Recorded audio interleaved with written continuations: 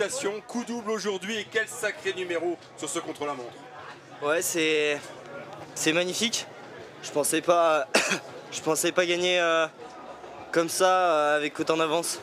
Mais l'objectif est réussi et ça montre que même avec même à 90%, j'ai été capable de gagner le Tour de l'Avenir, donc c'est magnifique. Depuis 2007, et David Gaudu, un Français, n'avait pas remporté le Tour de l'Avenir. Tu connaissais cette information? Non, bah après je m'en doutais parce que je me rappelle très bien d'avoir regardé à la télé la victoire de David. C'était un grand moment pour moi devant la télé, il m'avait fait rêver.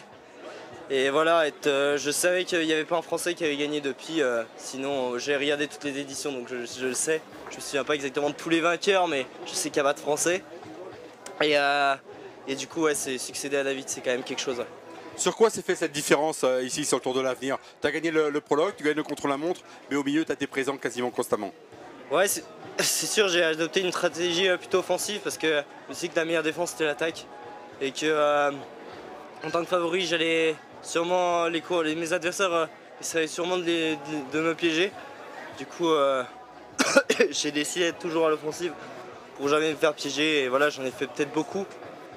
Et c'est peut-être ce qui m'a coûté un peu dans les étapes de montagne et aussi le fait que ma prépa s'est pas très bien passée et j'ai pas fait d'altitude.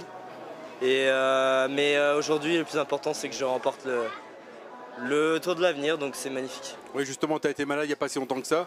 Visiblement, ça va mieux. Est-ce que le fait d'avoir Maxime, maillot jaune, quasiment pendant toute la semaine, ça t'a aidé dans cette stratégie ou tu avais ta propre stratégie? Ouais, c'est sûr, Maxime a été un allié extrêmement, on va dire, puissant, parce qu'il était vraiment très très fort. Et il m'a permis de parfois d'en faire un peu moins et de laisser mes adversaires travailler.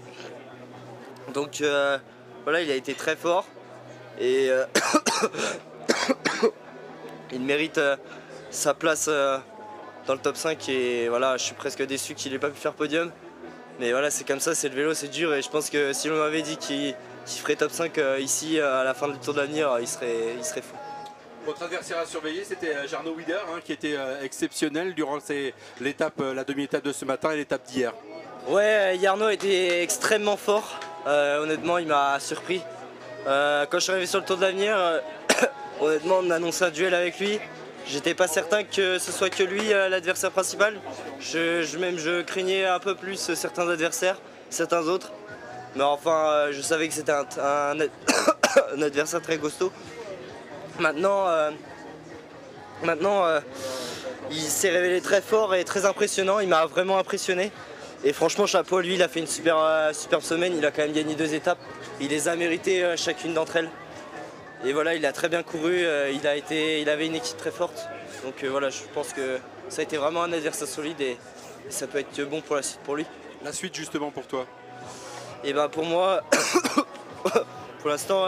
Soignez cette petite toux encore. Hein.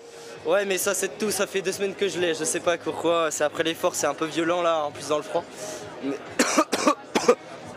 Mais en fait, je dirais que pour l'instant, je sais juste que je vais faire le Lombardie, ce qui est déjà une très, très belle course. Et après, je laisse l'équipe gérer pour le reste. Pour l'instant, je sais pas. Je pense que j'en saurai plus les prochaines semaines. Merci beaucoup, Paul, et encore félicitations. Merci.